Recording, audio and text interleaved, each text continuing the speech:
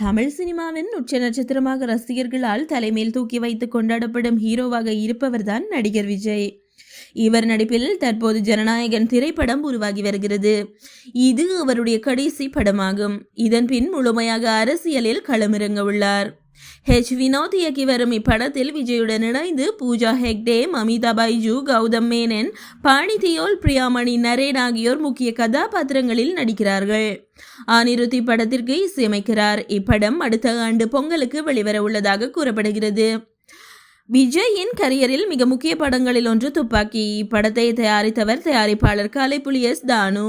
துப்பாக்கி மட்டுமன்றி விஜயின் சச்சின் மற்றும் தெரி ஆகிய படங்களையும் இவர்தான் தயாரித்துள்ளார். இந்த நிலையில் தளபதி விஜய் குறித்து கலைப்புலி தானு பேசிய விடயம் ரசிகர்கள் மத்தியில் வைரலாகி வருகிறது.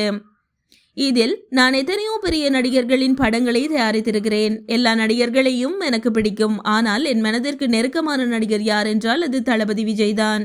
ஏனென்றால் யாருக்கும் சொல்லாத ஒரு விடயம் தளபதி விஜய் என்னை பற்றி சொல்லியிருக்கிறார். அது என்னவென்றால், ஒரு நிகழ்ச்சியில் தானு சாரை என் அப்பாவிற்கு அடுத்த ஸ்தானத்தில் வைத்திருக்கிறேன் என விஜய் சொன்னார். இந்த மாதிரி யாரும் சொன்னதில்லை. அதனால் அவர் எனக்கு ஸ்பெஷல் தான் என்று கூறியுள்ளார்.